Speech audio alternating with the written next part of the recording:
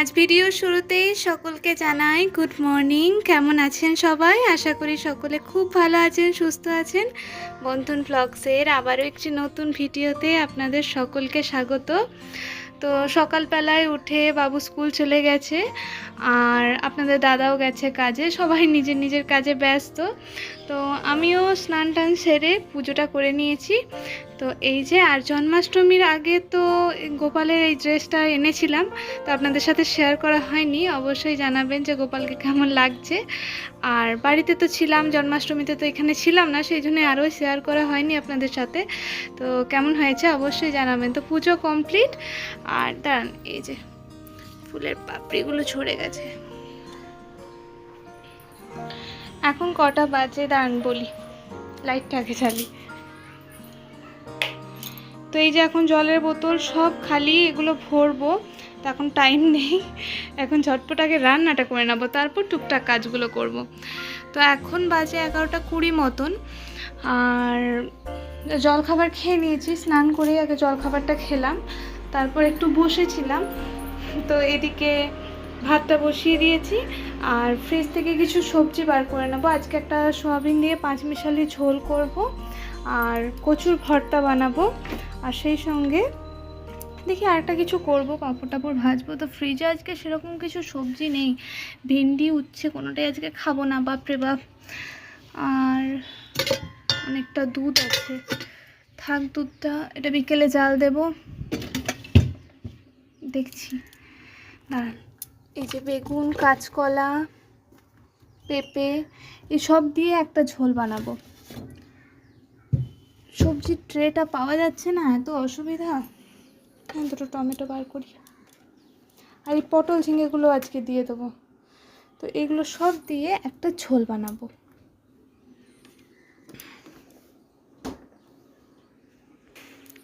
আর এই যে ঘরের কাজ সব হয়ে গেছে। ঘরের কাজগুলো তো আজকে আপনাদের সাথে কিছুই শেয়ার করতে পারলাম না।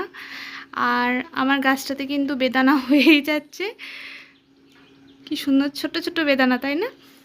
তো যাই হোক, চলুন সবজিগুলো কাটি, আর তখন আপনাদের সাথে গল্প করি। তো আজকে ব্যালকনিতে বসে সবজিগুলো কাটবো, খুব সুন্দর হাওয়া দিচ্ছে, ওই জন্য স্ট্যান্ডটা ওখানে রেখেছি। তো চলুন আপনাদের সাথে আবার বেশ কিছুক্ষণ পরে আসছি।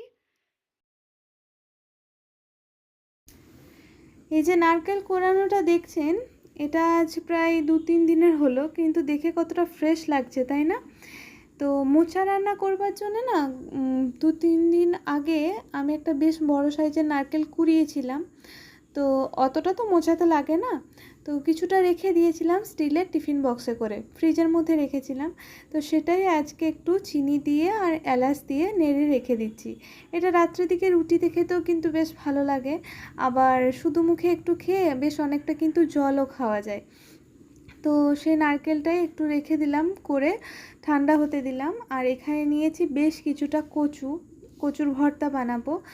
আর প্রথমে তো বললামই যে পাঁচমিশালি ঝোল করব, তো সেই ঝোলের প্ল্যানটাকে ক্যান্সেল করে, মানে ঝোলটা আছে সেটার মধ্যে ঝিঙেটা দেবো না, ঝিঙেটা দিয়ে একটা আজকে অন্য রেসিপি বানাবো। সেটা হচ্ছে ওই পটল ঝিঙে দিয়ে আজকে বাটি পোস্ত রান্না করব। তো সেই রেসিপিটা আজকে আমি শেয়ার করছি না, এটা আপনাদের সাথে অন্য ভিডিওতে শেয়ার করব। আর এক গাদা সবজি কাটবো না, কেননা এবেলার রান্নাটা যেন এবেলাতেই শেষ হয়ে যায়, সেই পরিমাণ মতোই কাটবো। আর বাড়িতে তো বেশি মানুষ নেই, 3টে মানুষ, মানে 3টেও বলা চলে না, 2.5টা মানুষ। একজনা তো একদম ছোট্ট বাচ্চা, তো সে তো আর বেশি খায় না।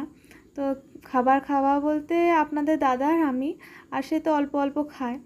তো যাই হোক, তো অল্প করে রান্না করব, আবার রাত্রের দিকে যা খাই সেটা রান্না করব। তো তারা বাড়িতে না থাকলে ফাঁকা টাইমে কাজগুলো কিন্তু বেশ ঝটপট হয়ে যায়, আবার তারা বাড়িতে না থাকলে কিন্তু মনটা বেশ খারাপ লাগে। সেই জন্য না এই ব্যালকনিটায় এসে একটু বসি, বেশ পাখিগুলো আসে আমার আওয়াজ পেয়ে। তার সঙ্গে রাস্তা দিয়ে, আমার যেহেতু রোড সাইডেই বাড়ি, সেই জন্য রাস্তা দিয়ে লোকজনও পেরোয়, দেখতে দেখতে টাইমটা বেশ কেটেই যায়। আর সেই সঙ্গে কাজগুলোও হয়ে যায়, আর ওই করতে করতে তাদের বাড়ি ফেরারও সময় হয়ে যায়। তো রান্নাঘরে এসে আমি তো সবজিগুলো সেদ্ধ বসাবো।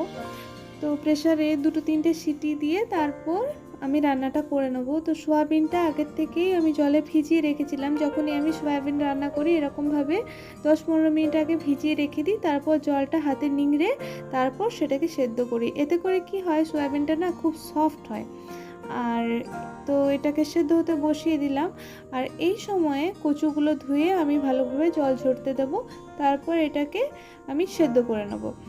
তো এগুলো সেদ্ধ হতে থাক, এই সময় না টুকটাক যে কাজগুলো মানে মশলা বাটা, জল ভরা, সেগুলো করে নিই। তো নারকেল কুড়িয়েছিলাম, তো বটিংটা ভালোভাবে ধুয়ে রেখেছি। তো সেটাকে এবারে না একটু সর্ষের তেল মাখিয়ে রোদ্রে দিয়ে দেবো। আর গত দিনে তালের বড়া ভেজেছিলাম, সেগুলো কিছুটা রয়ে গেছে, তো এগুলো বিকেলে চা দিয়ে খাওয়া হয়ে যাবে।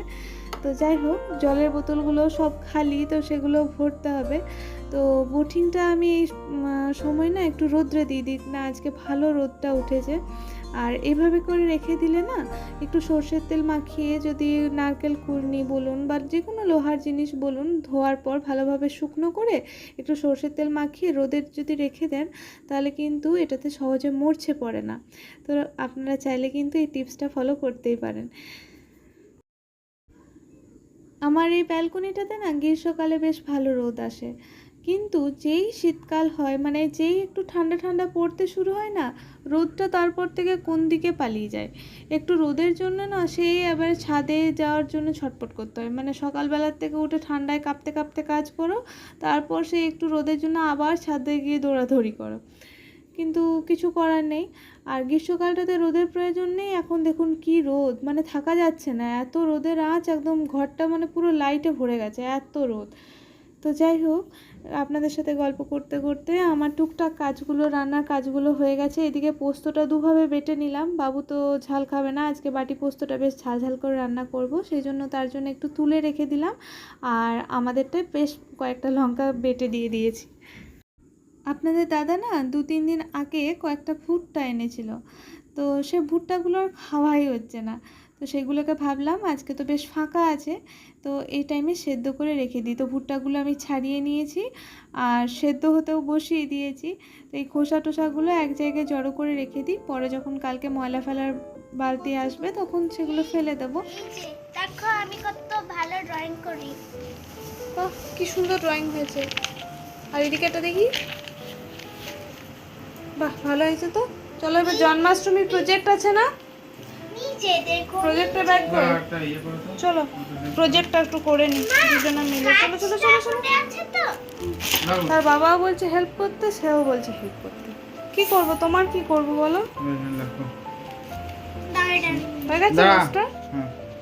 বেশ, তো কাজগুলো করে নি। বাবা আমি পেন।